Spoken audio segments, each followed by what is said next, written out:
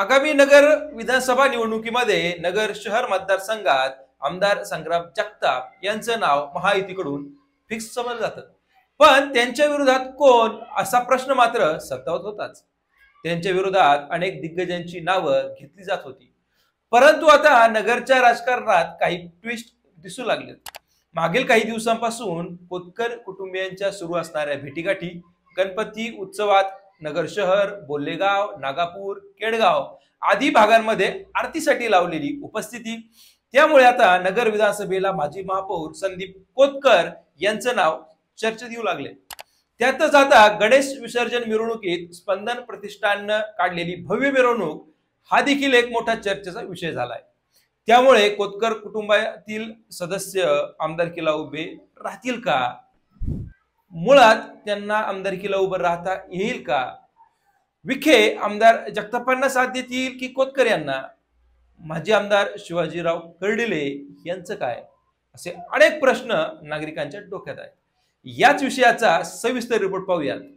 नमस्कार, मी विजय गोबरे आणि आपण पाहता चर्चा होणारच हे युट्यूब चॅनल. मित्रांनो, विषय सुरू करण्यापूर्वी काही घटना पाहूयात. पहिली घटना, नेप्ती उपबाजार समितीचे नामकरण सोहळा. उपबाजार समितीचे शिल्पकार भानुदासजी एकनाथ कोतकर असं नामकरण करण्यात आलं. त्यावेळी माजी आमदार शिवाजी कर्डिले, माजी खासदार सुजय विखे पाटील, ज्येष्ठ नेते भानुदास कोतकर आदींसह अनेक मान्यवर उपस्थित होते. यावेळी झालेल्या गर्दीने उच्चांक मोडला होता. आता घटना क्रमांक 2, गणेशोत्सव काळात उद्योजक सचिन कोतकर व माजी उपमहापौर सुवर्णाताई कोतकर यांनी नगर शहरासह उपनगरातील अनेक गणपती मंडळांच्या आरतीला लावलेली हजेरी. आता घटना क्रमांक 3, अनंत चतुर्दशी निमित्त शक्कर चौकातील स्पंदन प्रतिष्ठाननं काढलेली भव्य मिरवणूक. तब्बल 13 वर्षानंतर ही मिरवणूक निघाली. या मिरवणुकीत देखील विक्रमी गर्दी होती असं बोललं जात आहे. या अशा अनेक घटनांवरून कोतकर कुटुंबीय नगरच्या राजकारणात सक्रिय होणार व येत्या आमदारकीला संदीप कोतकर हे किंवा कोतकर कुटुंबियापैकी एक कोणीतरी उभं राहील अशा चर्चा सुरू झाल्या. पण सध्या चर्चेत मुद्दा हा आहे की कोतकर कुटुंबीय आमदारकीला उभं राहू शकेल का? याचं कारण असं की नगरचं राजकारण हे सोयऱ्या धायऱ्यांचं राजकारण आहे असं म्हटलं जातं. नगरच्या राजकारणातील प्रभावशाली असणारी कर्डिले, जगताप, कोतकर ही तीनही घराणी एकमेकांचे नातेवाईक आहेत. त्यातच माजी आमदार शिवाजी कर्डिले यांना संकटमोचक असं म्हटलं जातं. त्याचं कारण असं की त्यांच्याकडं परिस्थिती कशी असली तरी त्यावर तोडगा काढण्याची कला आहे. त्यामुळे थेट जगताप कोतकर अशी नातेसंबंधात लढत होऊ शकते का? किंवा कर्डिले साहेब ही लढत होऊ देतील का? असा मोठा प्रश्न नगरकरांना पडलाय. दोन्ही कुटुंब एकमेकांच्या विरोधात निवडणूक लढवणार नाहीत. अर्थात दोन्हीपैकी एक कोणीतरी माघार घेतील असाही सूर सध्या नागरिकांच्या चर्चेतून निघतोय.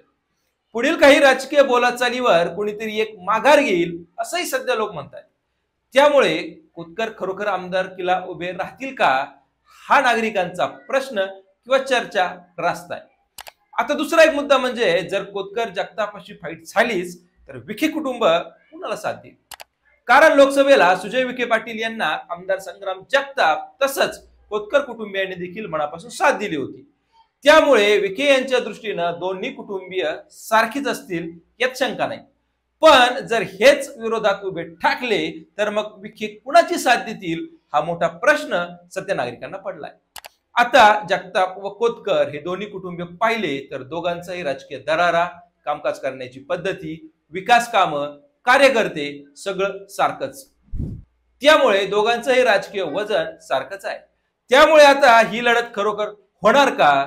विखे कर्डिले यांची भूमिका नेमकी कशी असणार याची उत्तरं आगामी काही दिवसात समोर येतीलच. मित्रांनो, तुम्हाला काय वाटतं हे आम्हाला कमेंट करून नक्कीच कळवा. पुन्हा भेटूयात नवीन विषयावर. तोपर्यंत धन्यवाद.